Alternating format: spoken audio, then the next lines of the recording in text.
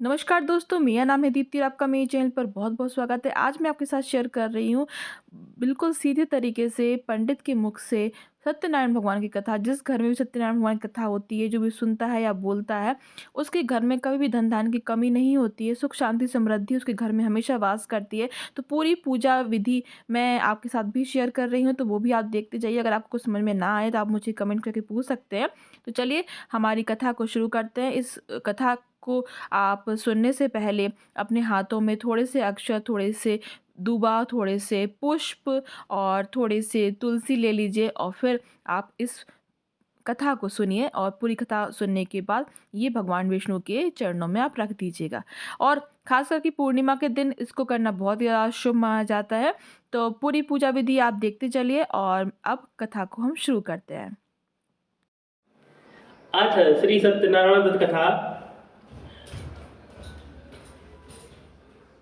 श्री व्यास जी ने कहा कि एक समय नौमी शारण्य तीर्थ में सौनक आदि सभी ऋषियों तथा मुनियों ने पुराण शास्त्र के वेत्ता श्री सूत जी महाराज से पूछा। ऋषियों ने कहा, हे महामुनि, किस व्रत अथवा तपस्या से मनोवांछित फल प्राप्त होता है, उसे हम सब सुनना चाहते हैं, आप कहें। श्री सूत जी बोले, इसी प्रकार देवर्षि नारद जी के द्वारा भी पूछे जाने पर भगवान कमलापति ने उनसे जैसा कहा था उसे कह रहा हूँ, आप लोग सावधान होकर सुने। एक समय योगी नारद जी लोगों के कल्याण की कामना से विविध लोकों में भ्रमण करते हुए मृत्यु लोक में आए और यहाँ उन्होंने अपने कर्म फल के अनुसार नाना योगियों में उत्पन्न सभी प्राणियों को अनेक प्रकार से क्लेश दुख भोगते हुए देखा तथा किस उपाय से इनके दुखों का सुनिश्चित रूप से नाश हो सकता है, ऐसा मन में विचार करके वे विष्णु लोक को गए। वहां चार भुजाओं वाले और शंख चक्र गदा पद्म तथा वनमाला से विभूषित शुक्ल वर्ण भगवान नारायण का दर्शन कर उन देवादिदेव की वे स्तुति करने लगे। नारद जी बोले, हे वाणी और मन से परे स्वरूप वाले, अनंत शक्ति संपन्न, आदि मध्य और अंत से रहित, निर्गुण और सकल कल्याणमय, गुण गुणों से संपन्न, स्थावर, जगन्मात्मक, निखिल सृष्टि पंचम के कारणभूत तथा भक्तों की पीड़ा को नष्ट करने वाले परात्मन, आपको नमस्कार है। स्तुति सुनने के अनंतर भगवान श्री विष्णु ने नारद जी से कहा। श्री भगवान ने कहा, महाभाग, आप किस प्रयोजन से यहाँ आए हैं? आपके मन में क्या है, कहिए, वह सब कुछ मैं आपको बताऊंगा। नारद जी बोले, मृत्यु लोक में अपने पाप कर्मों के द्वारा विभिन्न योनियों में उत्पन्न सभी लोग बहुत प्रकार के क्लेशों से दुखी हो रहे हैं। हे नाथ, किस लघु उपाय से उनके कष्टों का निवारण हो सकेगा? यदि आपकी मेरे ऊपर कृपा हो तो वह सब मैं सुनना चाहता हूँ, उसे बताएं। श्री भगवान ने कहा, हे बस, संसार के ऊपर अनुग्रह करने की इच्छा से आपने बहुत अच्छी बात पूछी है। जिस व्रत के करने से प्राणी मोह से मुक्त हो जाते हैं, उसे मैं आपको बताता हूँ, सुने। हे बस, स्वर्ग और मृत्यु लोक में दुर्लभ एक महान पुण्यप्रद व्रत है। आपके स्नेह के कारण इस समय मैं उसे कह रहा हूँ। अच्छी प्रकार विधि विधान से भगवान सत्यनारायण का व्रत करके मनुष्य शीघ्र ही सुख प्राप्त कर परलोक में मोक्ष प्राप्त कर सकता है। भगवान की ऐसी वाणी सुनकर नारद मुनि ने कहा। नारद जी बोले, हे प्रभु, इस व्रत को करने का फल क्या है, इसका विधान क्या है, इस व्रत को किसने किया है और कब इसे करना चाहिए, यह सब विस्तार पूर्वक बतलाए। श्री भगवान बोले, यह सत्यनारायण व्रत दुख शोक आदि का शमन करने वाला, धन धान्य की वृद्धि करने वाला, सौभाग्य और संतान देने वाला तथा सर्वत्र विजय प्रदान करने वाला है। जिस किसी भी दिन भक्ति और श्रद्धा से समन्वित होकर मनुष्य ब्राह्मणों और बंधु बांधवों के साथ धर्म में तत्पर होकर सायंकाल भगवान सत्यनारायण की पूजा करे, नैवेद्य के रूप में उत्तम कोटि के भोजनीय पदार्थ को सवाया मात्रा में भक्ति पूर्वक अर्पित करना चाहिए। केले का फल, घी, दूध, गेहूं का चूर्ण अथवा गेहूं के चूर्ण के अभाव में साठी, चावल का चूर्ण, शक्कर या गुड़, यह सब भक्ष्य सामग्री सवाया मात्रा में एकत्र कर निवेदित करनी चाहिए। बंधु बांधवों के साथ श्री सत्यनारायण भगवान की कथा सुनकर ब्राह्मणों को दक्षिणा देनी चाहिए। तदनंतर बंधु बांधवों के साथ ब्राह्मणों को भोजन कराना चाहिए। भक्ति पूर्वक प्रसाद ग्रहण करके नृत्य गीत आदि का आयोजन करना चाहिए। तदनंतर भगवान सत्यनारायण का स्मरण करते हुए अपने घर जाना चाहिए। ऐसा करने से मनुष्यों की अभिलाषा अवश्य ही पूर्ण होती है। विशेष रूप से कलयुग में पृथ्वी लोक में यह सबसे छोटा सा उपाय है। इति श्री स्कंद पुराणे रेवाखंडे श्री सत्यनारायण व्रत कथायां प्रथमो अध्यायः।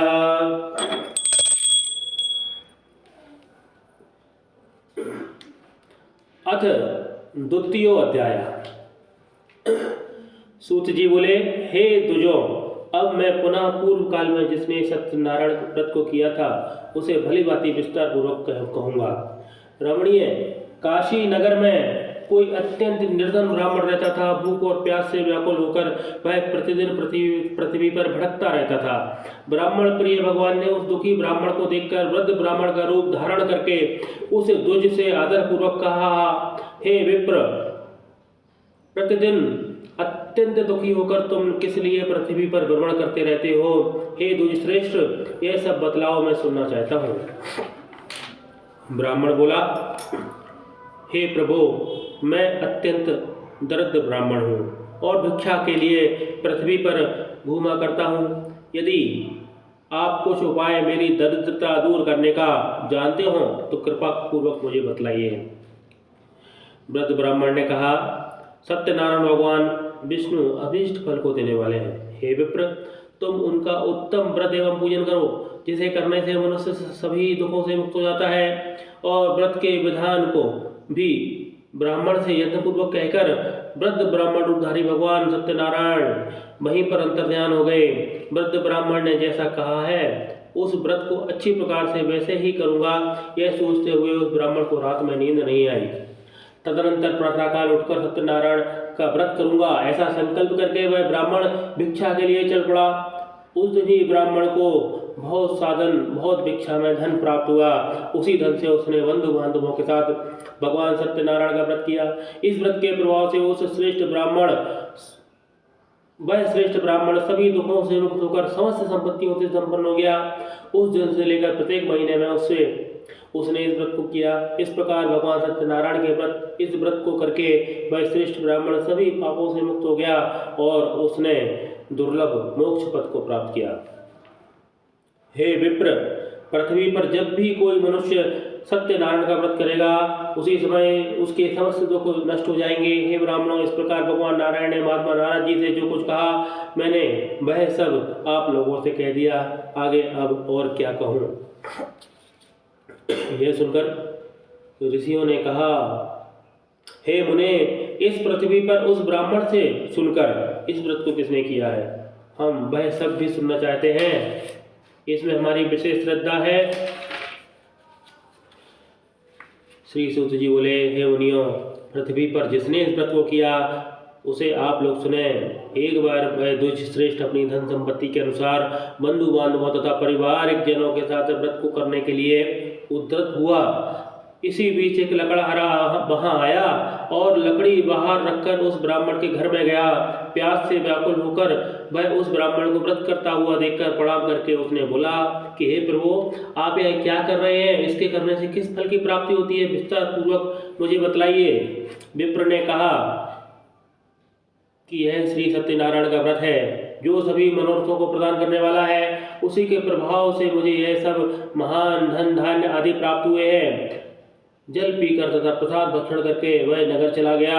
सत्यनारायण देव के लिए मन से ऐसा सोचने लगा कि आज लकड़ी बेचने से जो धन प्राप्त होगा उसी धन से भगवान सत्यनारायण का श्रेष्ठ व्रत करूंगा। इस प्रकार मन से चिंतन करता हुआ लकड़ी को मस्तक पर रखकर उस सुंदर नगर में गया जहाँ धन संपन्न लोग रहा करते थे। उस दिन उसने लकड़ी का दोगुना मूल्य प्राप्त किया। तदनंतर प्रसन्न हृदय होकर वह पके हुए केले का फल, शर्करा, घी, दूध, गेहूं का चूर्ण, सवाया मात्रा में लेकर अपने घर गया। तत्पश्चात उसने बंधु बांधवों को बुलाकर विधि पूर्वक श्री सत्यनारायण का व्रत किया। इस व्रत के प्रभाव से वह धन पुत्र से संपन्न हो गया और इस लोक में अनेकानेक सुखों को भोग कर अंत में श्री सत्यपुर वैकुंठ लोक को चला गया। अतः श्री स्कंद पुराण रेवा खंडे श्री सत्यनारायण गुप्तहायाम द्वितीयो अध्याय। अतः श्री तृतीयो अध्याय। श्री सूत जी बोले, हे श्रेष्ठ मुनियों, अब मैं पुनः आगे की कथा कहूँगा, आप लोग सुने। प्राचीन काल में उल्कामुख नाम का एक राजा था। वह जितेंद्रिय, सत्यवादी तथा अत्यंत बुद्धिमान था। वह विद्वान राजा प्रतिदिन देवालय जाता और ब्राह्मणों को धन देकर संतुष्ट किया करता था। कमल के समान मुख वाली उसकी धर्मपत्नी शील, विनय एवं सौंदर्य आदि गुणों से संपन्न तथा पतिपरायण थी। राजा एक दिन अपनी धर्मपत्नी के साथ भद्रशिला नदी के तट पर श्री सत्यनारायण का व्रत कर रहा था। उसी समय व्यापार के लिए अनेक प्रकार के पुष्कल धनराशि से संपन्न एक साधु, एक वणिक वहां पर आया, जिसका नाम साधु था। भद्रशिला नदी के तट पर नाव को स्थापित कर वह राजा के समीप गया और राजा को उस व्रत में दीक्षित देखकर विनयपूर्वक पूछने लगा। साधु ने कहा, हे राजन, आप भक्ति युक्त चित्त से यह क्या कर रहे हैं? कृपया यह सब बतलाएं, इस समय मैं सुनना चाहता हूँ। राजा बोले, हे साधु, पुत्र आदि की प्राप्ति की कामना से अपने बंधु बांधवों के साथ मैं अतुल तेज संपन्न भगवान विष्णु का व्रत एवं पूजन कर रहा हूँ। राजा की बात सुनकर उस व्यापारी ने आदरपूर्वक कहा, हे राजन, इस विषय में आप मुझे सब कुछ विस्तार से बतलाइए। आपके कथा अनुसार मैं व्रत को करूँगा। मुझे भी संतान नहीं है, इससे अवश्य ही संतान की प्राप्ति होगी। ऐसा विचार कर वह व्यापार से निवृत्त होकर आनंदपूर्वक अपने घर में गया। उसने अपनी भार्या, अपनी पत्नी से संतति प्रदान करने वाले इस सत्य व्रत को विस्तार पूर्वक बताया तथा जब मुझे संतति की प्राप्ति होगी तब मैं इस व्रत को करूँगा। इस प्रकार उस साधु ने अपनी भार्या लीलावती से कहा। एक दिन उसकी लीलावती नाम की सती साध्वी भार्या पति के साथ आनंद चित्त से ऋतुकालीन धर्माचरण में प्रवृत्त हुई और भगवान श्री सत्यनारायण की कृपा से उसकी वह भार्या गर्भिणी भी हुई। 10वें महीने में उससे कन्या रत्न की प्राप्ति हुई। वह शुक्ल पक्ष के चंद्रमा की भांति दिन प्रतिदिन बढ़ने लगी। उस कन्या का कलावती नाम रखा गया। इसके बाद एक दिन लीलावती ने अपने स्वामी से मधुर वाणी में कहा कि आप पूर्व में संकल्पित श्री सत्यनारायण का व्रत को क्यों नहीं कर रहे हैं, जबकि आपने उस व्रत को करने का संकल्प किया था। तो वह साधु बोला कि हे प्रिय, इसके विवाह के समय में व्रत करूंगा। इस प्रकार अपनी पत्नी को भली भांति आश्वस्त कर वह व्यापार करने के लिए नगर की ओर चला गया। इधर कन्या कलावती पिता के घर में बढ़ने लगी और बड़ी होने लगी। तदंतर धर्मज्ञ साधु ने नगर में सखियों के साथ कन्या को विवाह के योग्य जानकर आपस में मंत्रणा करके कन्या के विवाह के लिए श्रेष्ठ वर का अन्वेषण करो, ऐसा कहकर दूत को शीघ्र ही भेजा। उसकी आज्ञा पाकर के दूत कांचनपुर नामक नगर में पहुंचा और वहां से वह एक वणिक का पुत्र लेकर आया। साधु ने उस वणिक के पुत्र को सुंदर और गुणों से संपन्न देखा। अपनी जाति के लोगों तथा बंधु बांधवों के साथ संतुष्ट चित्त हो विधि विधान पूर्वक वणिक पुत्र के हाथ में कन्या का दान कर दिया। उस समय वह साधु दुर्भाग्यवश भगवान का वह उत्तम व्रत करना भूल गया। पूर्व संकल्प के अनुसार विवाह के समय में भी व्रत न करने के कारण भगवान उस पर रुष्ट हो गए। कुछ समय के पश्चात अपने व्यापार कर्म में कुशल व साधु वणिक काल की प्रेरणा से अपने दामाद के साथ व्यापार करने के लिए समुद्र के समीप स्थित रत्नसारपुर नामक नगर में पहुंचा और अपने श्री संपन्न दामाद के साथ वहां पर व्यापार करने लगा। तदंतर वे दोनों राजा चंद्रकेतु के रमणीय उस नगर में गए। उसी समय भगवान श्री सत्यनारायण ने उसे भ्रष्ट प्रतिज्ञ देखकर इसे दारुण कठिन और महा दुख प्राप्त होगा यह शाप दिया। एक दिन एक चोर राजा चंद्रकेतु के धन को चुराकर वहीं आया जहां दोनों बड़े ठहरे हुए थे। वह अपने पीछे दौड़ते हुए दूतों को देखकर भयभीत चित्त से धन वहीं छोड़कर शीघ्र ही छिप गए। इसके बाद राजा के दूत वहां आ गए जहां वह साधु बड़क था। वहां राजा के धन को रखा हुआ देखकर वे दूत उन दोनों बड़क पुत्रों को बांध कर ले आए और हर्षपूर्वक दौड़ते हुए राजा से बोले, हे प्रभु, हम दोनों चोरों को पकड़ लाए हैं, इन्हें देखकर आप आज्ञा दें। राजा की आज्ञा से दोनों शीघ्र ही दृढ़तापूर्वक बांधकर बिना विचार किए महान कारागार में डाल दिया गया। भगवान सत्यदेव की माया से किसी ने भी उनका कहना नहीं सुना और राजा चंद्रकेतु ने उनका समस्त धन ग्रहण कर लिया। उनके श्री भगवान के हिसाब से बड़क के घर में उसकी भार्या भी अत्यंत दुखित हो गई। उनके घर में सारा धन था, वह चोरों ने चुरा लिया। वह शारीरिक तथा मानसिक पीड़ाओं से युक्त, भूख और प्यास से दुखी हो अन्न की चिंता में दर दर भटकने लगी। कलावती कन्या भी प्रतिदिन घूमने लगी और भिक्षा मांगने लगी। एक दिन क्षुधा से पीड़ित हो वह कलावती एक ब्राह्मण के घर में गई। वहां जाकर उसने श्री सत्यनारायण का व्रत का पूजन देखा। वहां बैठकर उसने कथा सुनी और वरदान मांगा। तदनंतर प्रसाद ग्रहण करके वह कुछ रात होने पर घर को आई। माता लीलावती ने कलावती कन्या से प्रेम से पूछा कि हे पुत्री, रात्रि में तू कहाँ रुक गई थी? तुम्हारे मन में क्या है? कलावती कन्या ने तुरंत माता से कहा, हे माँ, मैंने एक ब्राह्मण के घर में मनोरथ सिद्ध प्रदान करने वाला एक व्रत देखा है। कन्या की उस बात को सुनकर वह बड़क की भार्या व्रत करने को उद्यत हुई और प्रसन्न मुख से उस साध्वी ने बंधु बांधवों के साथ भगवान श्री सत्यनारायण का व्रत किया तथा इस प्रकार प्रार्थना की, भगवान आप हमारे पति एवं जामाता के अपराध को क्षमा करें, वे दोनों अपने घर शीघ्र आ जाए। इस व्रत से भगवान सत्यनारायण भगवान पुनः प्रसन्न हुए। उन्होंने नृपश्रेष्ठ चंद्रकेतु राजा को स्वप्न में दर्शन दिए और कहा कि हे नृपश्रेष्ठ, प्रातःकाल दोनों बड़कों को छोड़ दो और वह सारा धन भी दे दो जो तुमने उनसे ग्रहण किया है, अन्यथा राजधन एवं पुत्र सहित तुम्हारा नाश हो जाएगा। राजा के स्वप्न में ऐसा कहकर भगवान सत्यनारायण अंतर्ध्यान हो गए। इसके अनंतर प्रातःकाल राजा ने अपने सभासदों के साथ सभा के मध्य में बैठकर अपना स्वप्न लोगों को बताया और कहा कि दोनों बंदी बड़क पुत्रों को शीघ्र ही मुक्त कर दो। राजा की ऐसी बात सुनकर वे राजपुरोहित दोनों महाजनों को बंधन मुक्त करके राजा के सामने लाकर विनयपूर्वक बोले, हे महाराज, बेड़ी बंधन से मुक्त करके दोनों बड़क पुत्रों को ले आए हैं। इसके बाद दोनों महाजन बड़क पुत्र नृपश्रेष्ठ चंद्रकेतु को प्रणाम करके अपने पूर्व वृत्तांत का स्मरण करते हुए भय विह्वल हो गए और कुछ बोल ना सके।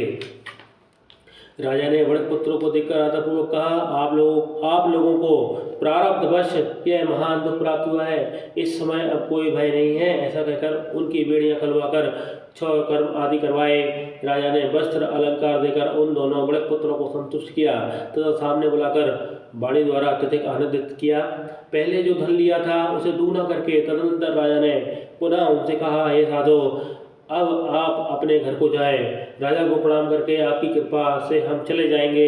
ऐसा कहकर उन दोनों वैश्यों ने अपने घर की ओर प्रस्थान किया।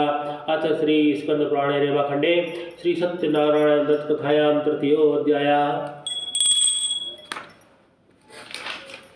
अथ चतुर्थो अध्याय।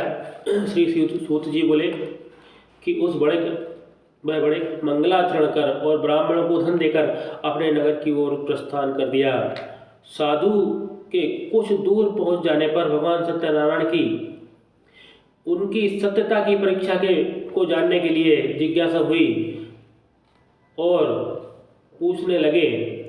एक साधु का रूप धारण करके पूछने लगे कि तुम्हारी नाव में क्या भरा हुआ है। तब धन के मद में चूर दोनों महाजनों ने अवहेलनापूर्वक हंसते हुए कहा कि हे दंडिन, क्यों पूछ रहे हो? क्या कुछ द्रव्य लेने की इच्छा है? हमारी नाव में तो केवल लता पत्र आदि भरे हुए हैं।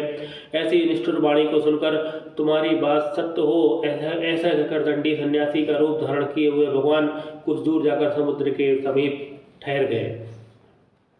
दंडी के चले जाने पर नित्य क्रिया करने के पश्चात उतराई हुई नौका को देखकर वह बड़े अत्यंत आश्चर्य में पड़ गया और नाव में लता और पत्ते आदि को देखकर मूर्छित होकर पृथ्वी के ऊपर गिर पड़ा। सचेत होने पर बड़े पुत्र चिंतित हो गया। तब उसके दामाद ने इस प्रकार कहा, आप शोक क्यों करते हैं? दंडी ने ही आपको श्राप दिया है। इस स्थिति में वे ही सब कुछ कर सकते हैं, इसमें संशय नहीं है। अतः उन्हीं के शरण में चलें, तभी सब मनोरथ सिद्ध होगा। दामाद की बातों को सुनकर, जामाता की ऐसी बातों को सुनकर वह बड़क उनके पास गया और दंडी स्वामी को देखकर उसने भक्तिपूर्वक उन्हें प्रणाम कर किया और आदरपूर्वक कहा कि आपके सम्मुख जो कुछ मैंने तक असत्य वचन कहे थे, आप मेरे उस अपराध को क्षमा करें। ऐसा कहकर बारंबार प्रणाम करके वह शोक से व्याकुल होने लगा। दंडी ने उसे रोता हुआ देख करके कहा, हे मूर्ख, तुम रो मत और मेरी विचार सुनो, मेरी बात को सुनो। मेरी पूजा से विमुख होकर मेरी आज्ञा से ही तुम्हें बारंबार दुख प्राप्त हुआ है। भगवान की ऐसी वाणी को सुनकर वह स्तुति करने लगा। उस बड़े पुत्र ने बोला, साधु बोला, हे प्रभु, यह आश्चर्य की बात है कि आपकी माया से मोहित होने के कारण ब्रह्मा आदि समस्त देवता आपसे मोहित हो गए हैं और वे भी आपके रूप को ठीक ठीक नहीं जानते, तो मैं मूर्ख आपके रूप को कैसे जान सकता हूँ। अब आप प्रसन्न हो जाइए, मैं अपनी धन संपत्ति के अनुसार आपकी पूजा अवश्य करूँगा। मैं आपकी शरण में आया हूँ। मेरा जो पुराना धन था उसकी तथा मेरी रक्षा करें। उस बड़े की भक्ति युक्त वाणी सुनकर भगवान जनार्दन संतुष्ट हो गए। भगवान हरि उसे अभिष्ट वर प्रदान करके वहीं पर अंतर्ध्यान हो गए। उसके बाद वह साधु अपनी नौका में चढ़ा और उसे धन धान्य से परिपूर्ण देखकर भगवान सत्यदेव की कृपा से हमारा मनोरथ सफल हो गया, ऐसा कहकर स्वजनों के साथ उसने भगवान की विधि पूर्वक पूजा की। भगवान श्री सत्यनारायण की कृपा से वह आनंद से परिपूर्ण हो गया और नाव को यत्नपूर्वक संभाल कर उसने अपने देश के लिए प्रस्थान किया। साधु ने अपने दामाद से कहा कि भाई देखो, मेरी रत्नपुरी नगरी को देखो। इसके बाद उसने अपने धन के रक्षक दूत को नगर भेजा। वह दूत आज्ञा पाकर रत्नपुरी नामक नगर में पहुंचा। तत्पश्चात उस दूत ने नगर में जाकर साधु की भार्या को देखकर हाथ जोड़कर प्रणाम किया। उसके लिए अभिष्ट बात कही कि सेठ जी अपने जामाता तथा बंधु वर्गों के साथ बहुत सारे धन धान्य से संपन्न होकर नगर के निकट आ गए हैं। दूत के मुख से यह बातें सुनकर वह महान आनंद से विह्वल हो गई और उस साध्वी ने श्री सत्यनारायण की पूजा करके अपनी पुत्री से कहा, मैं साधु के दर्शन करने के लिए जाती हूँ, तुम भी शीघ्र आना। माता का ऐसा वचन सुनकर व्रत को समाप्त करके शीघ्रता के कारण एवं प्रसाद को त्याग करके वह भी अपने पति के दर्शन करने को चली गई। इससे भगवान सत्यनारायण रुष्ट हुए और उन्होंने अपने पति को एवं नाव को उन्होंने उसके पति को एवं नौका को धन के साथ जल में डुबो दिया। इसके बाद कलावती कन्या अपने पति को न देखकर महान शोक से रोदन करती हुई भूमि के ऊपर गिर पड़ी। नाव का दर्शन तथा कन्या को अत्यंत दुखी देख भयभीत मन से वह बड़े ने सोचा कि यह क्या आश्चर्य हुआ। नाव का संचालन करने वाले भी सभी चिंतित हो गए। तदंतर वह लीलावती भी कन्या को देखकर विह्वल हो गई और अत्यंत खेद पूर्वक रोदन करते हुए पति से बोली कि अभी नौका सहित हमारा जमाता कैसे आरक्षित हो गया है। मैं नहीं जानती कि देवता के प्रकोप से नाव डूब गई है। भगवान सत्यनारायण के मार्ग को जानने की किसकी शक्ति है। ऐसा कहकर वह स्वजनों के साथ विलाप करने लगी। कलावती कन्या भी अपने पति के नष्ट हो जाने पर दुखी हो गई और पति की पादुका लेकर उनका अनुगमन करने के लिए उसने मन में निश्चय किया। कन्या के ऐसे विचारों को देखकर भार्या सहित वह धर्मज्ञ साधु बड़क अत्यंत संतृप्त हो गया और सोचने लगा, या तो भगवान सत्यनारायण ने यह जामाता के साथ धन धान्य से भरी इस नौका का अपहरण किया अथवा हम सभी भगवान सत्यदेव की माया से मोहित हो गए हैं। अपनी धन शक्ति के अनुसार मैं भगवान सत्यनारायण का पूजन करूंगा। सभी को बुलाकर इस प्रकार कहकर उसने अपने मन की इच्छा प्रकट की और बारंबार भगवान सत्यदेव को दंडवत प्रणाम किया। इससे दिनों के दिन परिपालक भगवान सत्यदेव प्रसन्न हो गए। भक्त वत्सल भगवान ने कृपा पूर्वक कहा, तुम्हारी कन्या प्रसाद छोड़कर अपने पति को देखने चली आई, जिस कारण से तेरी कन्या का पति अदृश्य हो गया है। यदि वह घर जाकर प्रसाद का पुनः भक्षण करके फिर आवे तो एक कन्या तेरा पति मिल जाएगा। कन्या ने आकाश मंडल से ऐसे वचनों को सुना, शीघ्र ही घर गई और भगवान को भोग लाकर जब लौट कर आई तो पति को देखा। तब कलावती कन्या अपने पिता से बोली कि अब घर चलो, विलंब क्यों करते हो। कन्या की ऐसे बातों को सुनकर वह बड़े संतुष्ट हुआ और विधि विधान पूर्वक भगवान सत्यनारायण का पूजन करके धन एवं बंधु बांधवों के साथ अपने घर को गया। तदंतर पूर्णिमा तथा संक्रांति को पर्वों पर भगवान सत्यनारायण का पूजन करते हुए इस लोक में सुख को भोग कर अंत में वैकुंठ लोक को चला गया। अतः श्री सत्यनारायण व्रत कथायां चतुर्थो अध्याय।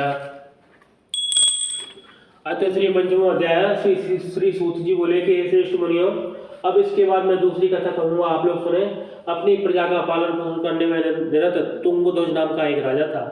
उसने सत्यदेव के प्रसाद को परित्याग करके दुख को प्राप्त किया। एक बार वह वन में जाकर और वहां से बहुत प्रकार के पशुओं को मारकर बड़ वृक्ष के नीचे आया। वहां उसने देखा कि गोपगण बंधु बांधवों के साथ संतुष्ट होकर भक्ति पूर्वक भगवान सत्यदेव की पूजा कर रहे हैं। राजा यह देखकर भी अहंकारवश ना तो वहाँ गया और ना उनसे भगवान सत्यनारायण को प्रणाम ही किया।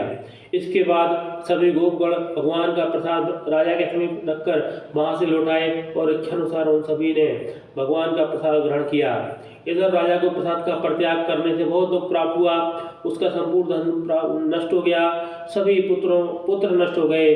राजा ने मन में यह निश्चय किया कि अवश्य ही भगवान सत्यनारायण ने हमारा नाश कर दिया है, इसलिए मुझे वहीं जाना चाहिए जहाँ श्री सत्यनारायण का पूजन हो रहा था।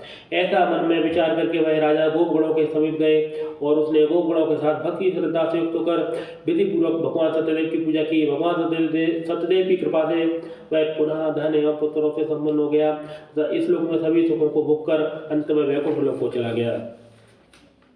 जो व्यक्ति इस पर दुर्लभ श्री सत्यनारायण के व्रत को करते हैं एवं पुण्यमयी तथा फलदायी पवित्र भगवान की कथा को सुनते हैं, उसे भगवान सत्यनारायण के पास धन की प्राप्ति होती है, दरिद्र को धन की प्राप्ति होती है, बंधन में बंधे प्राणी बंधन से मुक्त हो जाते हैं, डरा हुआ व्यक्ति भय से मुक्त हो जाता है एवं यह सत्य बात है, इसमें संशय नहीं है। इस लोक में सभी सुख भोग कर अंत में वैकुंठ लोक को जाता है।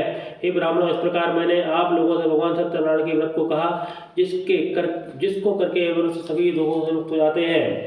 कलयुग में तो भगवान सत्यदेव की कृपा विशेष रूप से फलदायी है। भगवान विष्णु को कुछ लोग काल, कुछ लोग सत्य, कोई ईश, कोई सत्यदेव, कोई दूसरे लोग सत्यनारायण भगवान कहते हैं। अनेक रूप धारण करके भगवान सत्यनारायण भगवान सभी का मनोरथ पूर्ण करने वाले हैं। कलयुग में सनातन भगवान विष्णु ही सत्यव्रत रूप धारण करके सभी का मनोरथ पूर्ण करने वाले होंगे। हे श्रेष्ठ मुनियों, जो व्यक्ति नित्य भगवान सत्यनारायण की व्रत को करता है, पवित्र कथा को सुनता है, उसके सभी पाप नष्ट हो जाते हैं। हे मुनिवरों, पूर्व काल में जिन लोगों ने भगवान सत्यनारायण का व्रत किया है, उनके अगले जन्म का वृत्तांत मैं आप लोगों से कहता हूँ, ध्यानपूर्वक सुने। महान प्रज्ञा संपन्न शतानंद नाम के ब्राह्मण सत्यनारायण व्रत को करने के प्रभाव से दूसरे जन्म में सुदामा नामक ब्राह्मण हुआ और उस जन्म में भगवान श्री कृष्ण को का ध्यान करके उन्होंने मोक्ष की प्राप्ति की। लकड़हारा भिल्ल गुहों का राजा गोराज हुआ और अगले जन्म में उसने भगवान श्री राम की सेवा करके मोक्ष को प्राप्त किया। महाराज उल्कामुख दूसरे जन्म में दशरथ नामक राजा हुए, जिन्होंने श्री रंगनाथ की पूजा करके वैकुंठ की प्राप्ति की। इसी प्रकार धार्मिक और सत्यव्रती साधु पिछले जन्म के सत्यव्रत के प्रभाव से दूसरे जन्म में मूरध्वज नामक राजा हुआ। उसने आर्य से चीर कर अपने पुत्र की आदि देह भगवान श्री विष्णु को समर्पित कर मोक्ष की प्राप्ति की। महाराज तुंगध्वज जन्मांतर में स्वयंभु मनु हुए और भगवत संबंधी संपूर्ण कार्यों का अनुष्ठान करके वैकुंठ लोक को प्राप्त किया।